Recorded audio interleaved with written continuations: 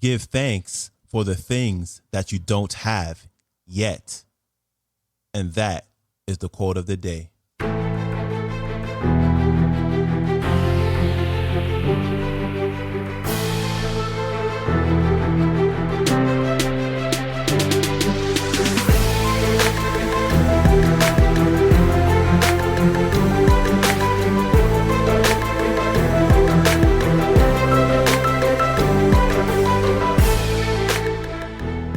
Welcome back to the Quote of the Day show. I'm your host, Malik Josephs of MalikJosephs.com, filling in this week for Sean Croxton at SeanCroxton.com. We've got Dr. Joe Dispenza back on the show. And today, Dr. Dispenza talks about being thankful and emotionally charged for the things that we do not have yet, with the expectation that one day we will have it. And I have a quick story to share with you guys that ties in with what Dr. Dispenza is about to share with us. About 12 years ago, I wanted to buy a condo. I always said to myself I wanted to buy a loft-style apartment. So I started saving money with the goal of buying it before my 25th birthday. I searched online every day, looking at different places.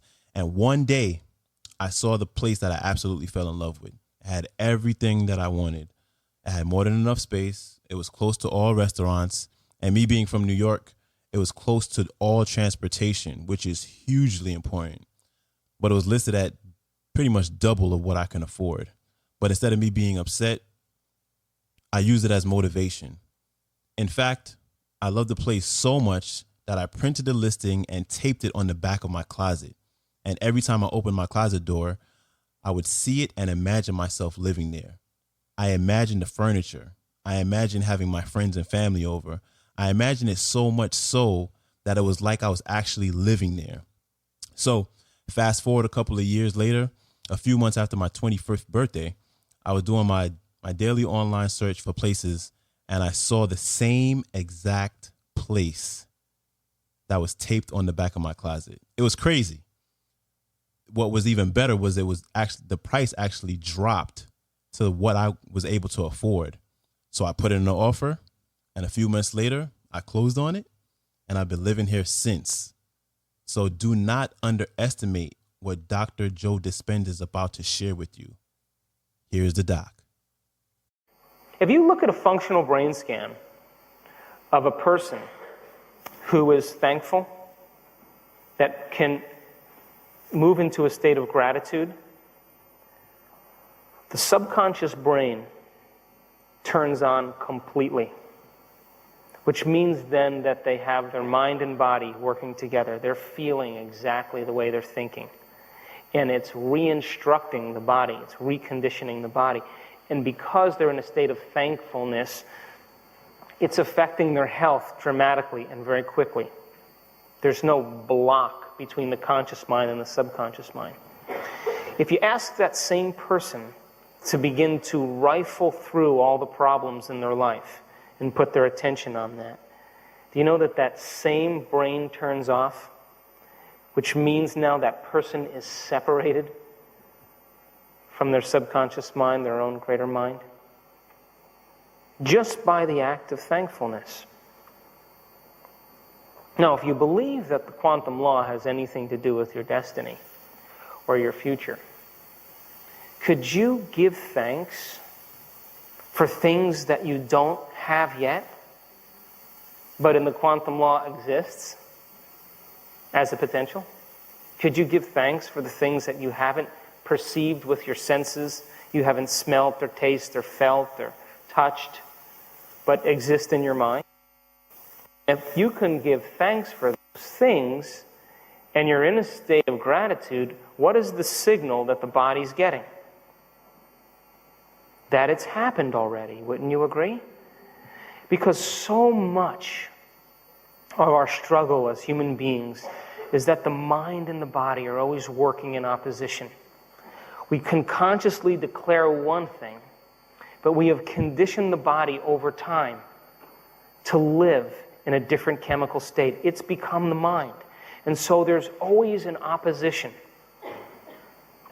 When we get mind and body working together, When we have mind and body on the same page, that is when the heart is open.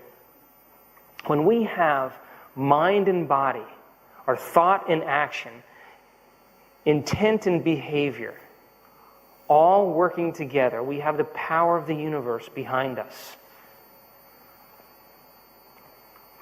Problem is that we spend so much time in the thinking realm of information and never in the applying or the personalizing realm. To get people to go from thinking to doing is like herding cats most of the time. Because everybody wants to stay in that intellectual realm. And wouldn't you agree that, this is my present state of understanding.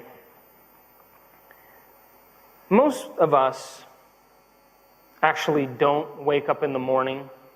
You know, the biggest reason we don't wake up in the morning and create our destiny or decide intentionally how we want our day or our life to go, we don't put our attention on that and actually do it. You know the biggest reason or reasons we don't do it? Because we don't believe it. If you knew that it was true, wouldn't you do it every day? Wouldn't you just do it because you knew it was true? And of course, the second reason is what? I just don't feel like it, Too busy, too much to do. But in the process of change, when you begin to change, you're breaking all your agreements with your environment now, aren't you? Because the change is to be greater than your environment. But every person and everything and every circumstance, we said, is organized in the brain. It's a reflection of the brain. You still with me? So if that's true, right? And you no longer want to think and act and feel the same way. The people in your life that we have in our life are pretty much there because we have an emotional chemical agreement with them. Because why?